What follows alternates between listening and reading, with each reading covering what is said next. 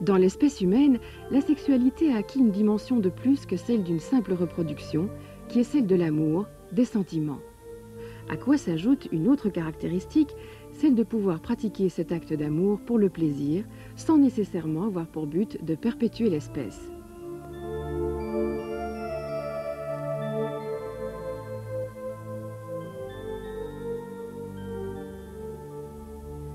L'éjaculation, pour le biologiste, c'est le signal de départ d'un gigantesque marathon qui se déroule dans les voies génitales de la femme. 300 à 500 millions de participants. Un parcours fléché par un instinct infaillible, une arrivée incertaine, un trophée ô combien convoité, l'ovule. Heureusement, à son propre rythme, bien à elle. Mais sa durée, en moyenne de 28 jours, est une constante propre à l'espèce. Voici un ovaire qui s'apprête à libérer l'ovule mûr. C'est ce qu'on appelle l'ovulation, et ce que vous allez voir est exceptionnel, car cet instant fugace n'a que rarement pu être filmé.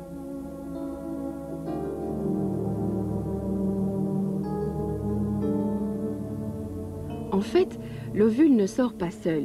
Il est entouré d'un nuage de cellules et de mucosités qui proviennent du même follicule de maturation que lui. C'est dans ce magma que se trouve l'ovule. Il mesure 1/10 de millimètre et se trouve dans son follicule comme un pépin dans un grain de raisin.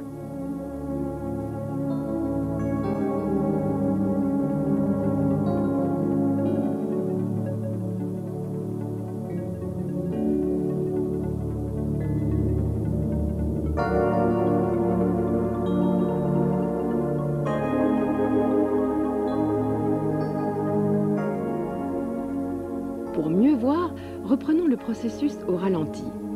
Cette grosse forme ronde, c'est l'ovule.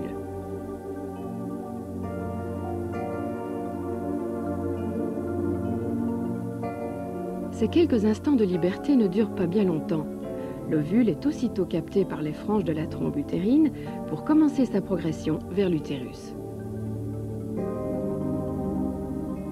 Il est propulsé par le courant créé par les cils de la trompe qui s'agitent en rythme comme les rames d'un bateau.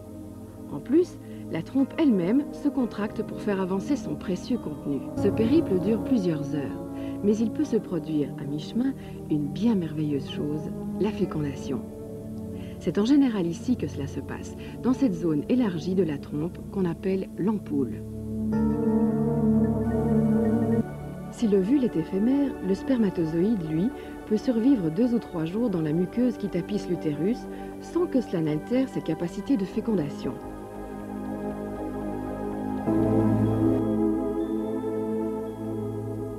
Voici l'entrée de la trompe, tout en haut de l'utérus. C'est la dernière ligne droite pour nos athlètes, le sprint final. Non, l'ovule est là. La ligne d'arrivée est en vue. Il n'y a plus que quelques centaines de spermatozoïdes en course. Tous les autres ont abandonné et ont été détruits par les globules blancs dans le camion-balai. En s'approchant, les coureurs jouent leur dernière carte.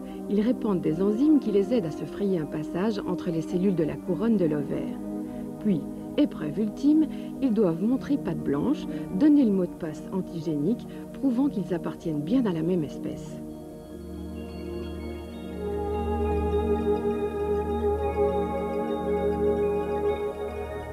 Le moment de la fécondation est enfin arrivé, et dès qu'un seul spermatozoïde a franchi la membrane de l'ovule, celle-ci s'opacifie, bloquant l'entrée à tout autre candidat. Tout se passe alors dans l'intimité de la grosse cellule devenue œuf. 30 heures après la fécondation, l'œuf commence sa division. L'embryon amorce sa formation.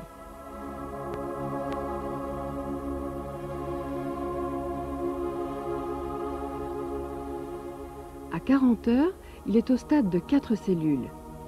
À 50 heures, au stade de 8 cellules.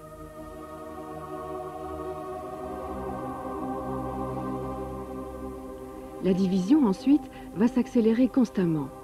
En même temps, l'embryon se déplace lentement dans la trompe en direction de l'utérus.